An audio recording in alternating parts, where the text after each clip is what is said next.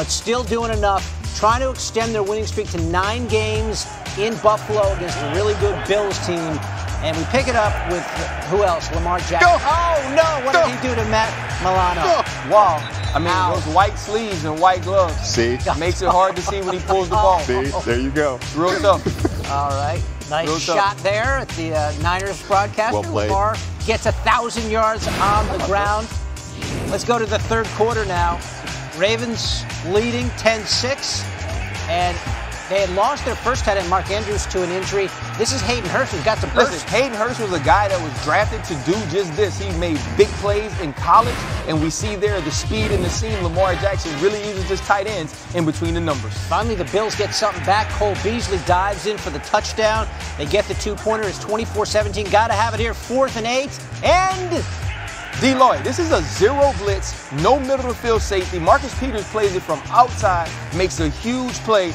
The Ravens have come up with the plays they needed in each and every game. they do what they need to do, and they continue to win. Now they're 11-2. They're sort of a de facto 2-game lead on the Patriots because they beat them head-to-head in that battle for the 1 seed in the AFC. By the way, 9 straight wins. That's a franchise high for the Ravens. Longest in franchise history. Your thoughts on Baltimore being the class of the AFC? You know, it's difficult for me to say this as a former Pittsburgh Steeler, but when you look at what the Baltimore Ravens are doing with a great head coach and John Harbaugh, they built this team around Lamar Jackson. But yesterday, we didn't see the big highlight plays. We didn't see Lamar Jackson making more than that guy fall each and every play. But he used his tight ends right here. You're going to see the RPO, the ball. That was a great touchdown. But it was about the defense making the stops that it needed late in this game. And we've seen this since they picked up Marcus Peters. This team scores on offense, they run the football, they control the clock, and they make plays and pressure the quarterback defensively. So when you think about going into the bank, and you saw it, big trust, meet me outside the bank. You got a problem, we bout that. This team is about that. It's going to be tough to beat them because defense travels, because the run game travels, and when you have a dynamic playmaker like Lamar Jackson, every team will be put under tremendous pressure defensively. You love what they're doing. I hate to see it as a Pittsburgh Steeler, but they'll be the team to beat in the AFC playoffs. And they put points on the board, 429 points this season, already a franchise record. Added last night, and their teams were added too, because it's not all about the quarterbacks. And the Chiefs, their equipment, they was actually sent to Newark, New Jersey, finally arrived in Foxborough, 2:39. How funny is that, though? Crazy funny. Early, Patrick Mahomes, maybe some discomfort in his throwing hand. Airs it out to Mecole Hardman, but he's all right. Yeah, this ball was underthrown, but when you're Mecole Hardman and when you're standing still, you can get to 4-3 in 3 steps. Yeah. You can make plays like that. Mahomes threw for 283, 1 TD, 1 INT. Tom Brady intercepted by Bashard Breeland. The funny thing about this play, he was shook so bad by Julian Edelman, he fell into an interception on another guy. He was like, I can't cover him. I might as well cover this other dude. Ensuing Chiefs drive, Travis Kelce lined up as quarterback. Mahomes behind him on 3rd and goal. Kelce with a snap fakes to Tariq Hill and takes it himself. This is a huge run. We've seen this play from the Kansas City Chiefs before. Andy Reid going back to the well once again. Patriots booing heading into the locker room at halftime. They must be the most obnoxious fans of all time and selfish because you guys have been winning for 2 decades. Mahomes, Kelce, ball's loose. Stephon Gilmore scoops it up. Play already dead though. Is this New Orleans or New England? That never happens to the Patriots. Belichick using a second and final challenge. And that would be huge, though, Jay, because they would need that challenge later. So the referees and officials need to get these calls right. Okay, 4th quarter. Ensuing drive for the patch after the fumble. Brady, N'Keal Harry turns the corner, and he's going for the pylon. Looks like he's got a touchdown. This is a great play. He breaks the tackle. His foot actually stays in bounds, but you see there the officials talking it over, and they're going to mark him short of the goal line. And no challenges, so we're not reviewing this thing. And that was big. We need to review some of these officials' eyesight because there is so much green in between his foot and the outside of the sideline. You can't make these calls or miss these calls and cost guys football games. Dude, when we can see it and Twitter makes the call, I mean, that's not Twitter. And but Twitter's always right. That's true. Twitter's always right. Brady, Jacoby Myers, touchdown. But no. Jacoby Myers has had a tough 2 weeks. He had an early drop in this game as well.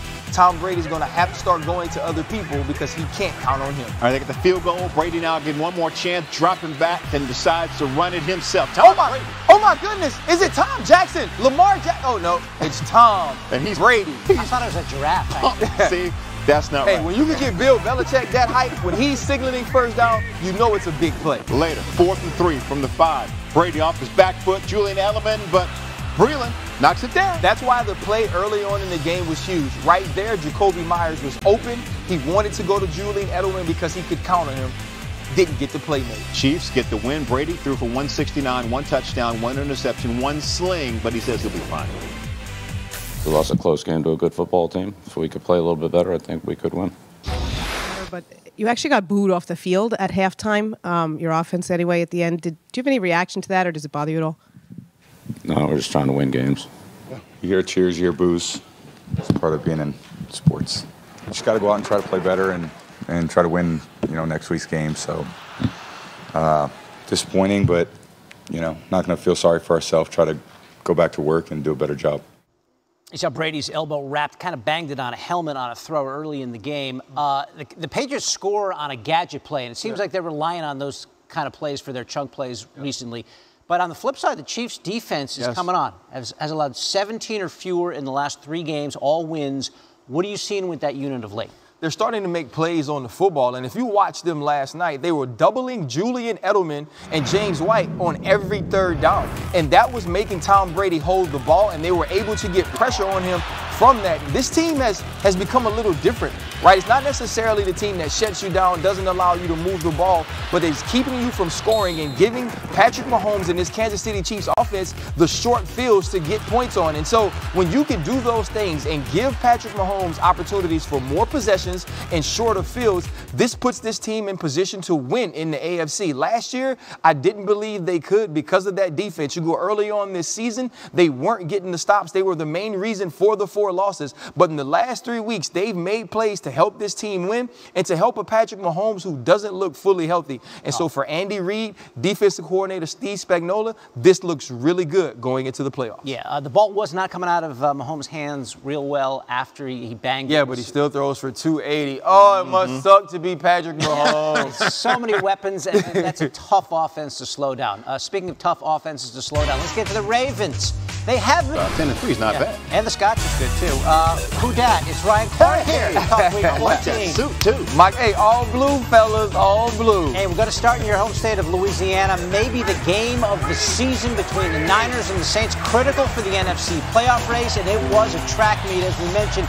Jimmy Garoppolo rolling right and finding Emmanuel Sanders, who falls down. And then there's a strip instead of a tackle here to score. Listen, this was the most underrated trade right before the trade deadline. Emmanuel Sanders has given them a number 1. He threw the ball up to the big-time receiver. It makes a huge play. Garoppolo threw for 349, and Sanders threw for a few here to Raheem Mostert. They got non-quarterbacks doing quarterback things in San Francisco.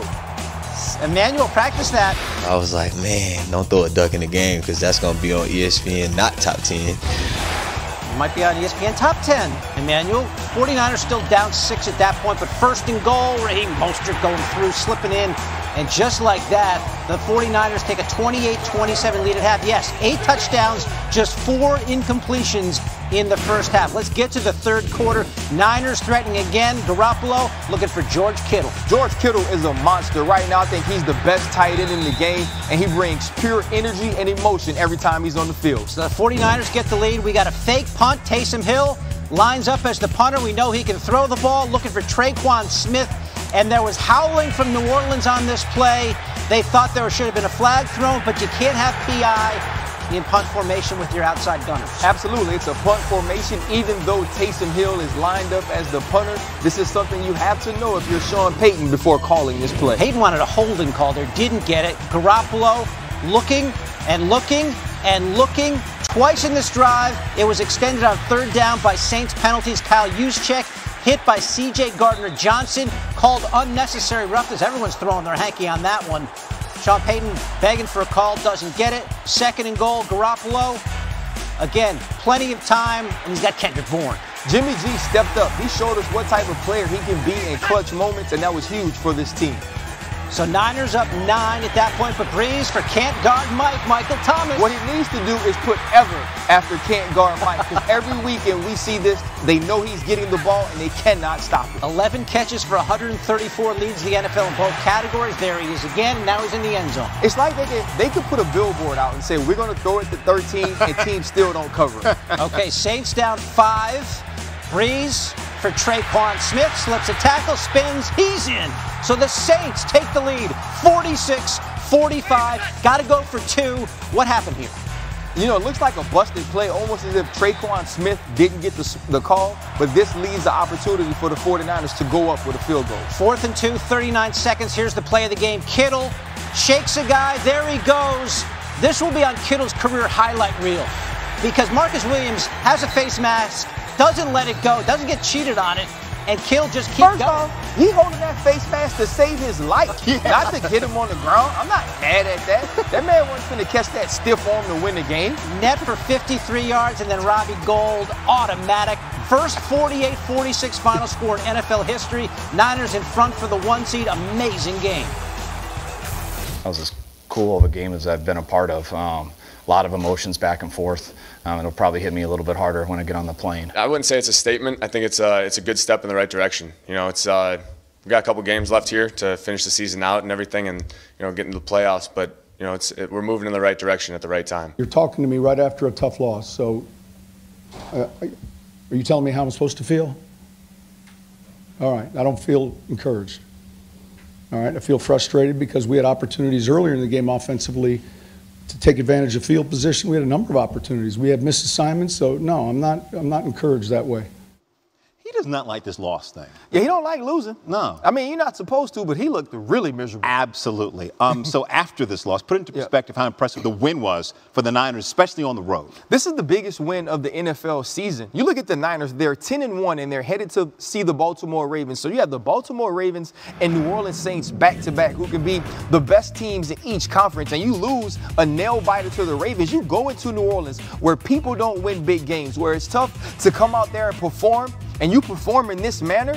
And this team has been about defense all year. That's all we talked about. Nick Bosa, this amazing front. But they won this game with offense. That defense was tore out the frame. And Jimmy G made the requisite plays to win the game. And also, look at what Kyle Shanahan did. He let Kyle Juszczyk run an option on the road against one of the best teams in the league. And when you can do those things and be that comfortable in your coaching, in your scheme, and in your players, you can win anywhere. So if I'm the San Francisco 49ers fans, I'm headed over to Vegas right now because I believe that my team can beat anyone, anywhere.